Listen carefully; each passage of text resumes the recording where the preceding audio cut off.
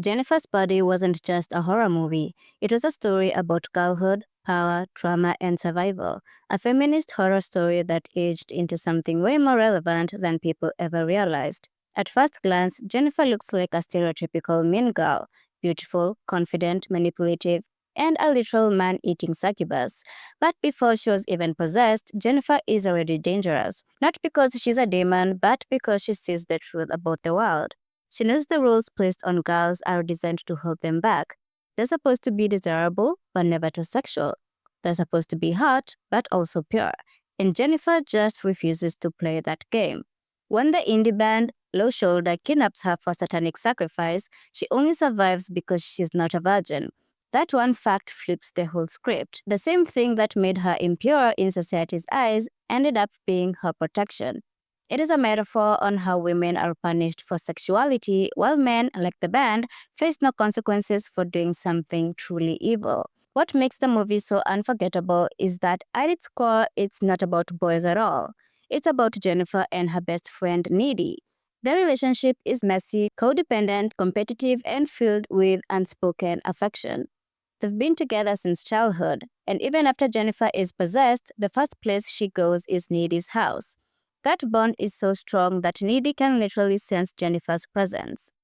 The film takes female friendship, the jealousy, the intimacy, the insecurities, and turns it into something supernatural. And yet, their connection is also what destroys Jennifer in the end. When Needy rips off their BFF matching necklace, that last thread of humanity inside Jennifer snaps. It is a heartbreaking moment because it proves the scariest thing wasn't the demon. It was losing the one person who truly understood her. The film came out in the late 2000s when culture was obsessed with tearing young women apart. Megan Fox was hypersexualized and mocked constantly, and Jennifer's Body was marketed the same way. Come see Megan Fox, kiss another girl. But the movie itself had a completely different intention. Diablo and Karen, the writer and director, wanted to make a horror film from the female perspective. A film that shows how terrifying it is to be a teenage girl, pressure to be hot, judged for your body, and never safe from male exploitation. The scene where Jennifer uses her looks to lure men to their deaths isn't just campy horror, it's revenge. She flips the script. They never saw her as human, so she turns their objectification against them. When the movie first dropped, people misunderstood it. They thought it was too campy, too weird, or just another sexed-up teen flick. But after the Me Too movement, people started rewatching it, and suddenly everything clicked.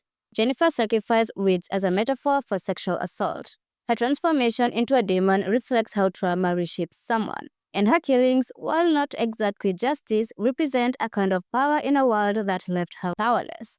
Even Needy's journey reflects this. By the end, she inherits Jennifer's strength and uses it to take revenge on the band. It's not a happy ending, but it is cathartic. Jennifer's Body was ahead of its time. It took the pain of girlhood, the way society pits friends against each other, the way men exploit, the way beauty becomes both a weapon and a curse, and turned it into a horror. And maybe that's why it resonates so much more now than it did in 2009. Because Jennifer was never a monster. She was a mirror. A reflection of how terrifying it is to grow up as a girl in a world that sees you as prey. If you enjoyed this video, subscribe and tell me what you think down in the comments. Bye!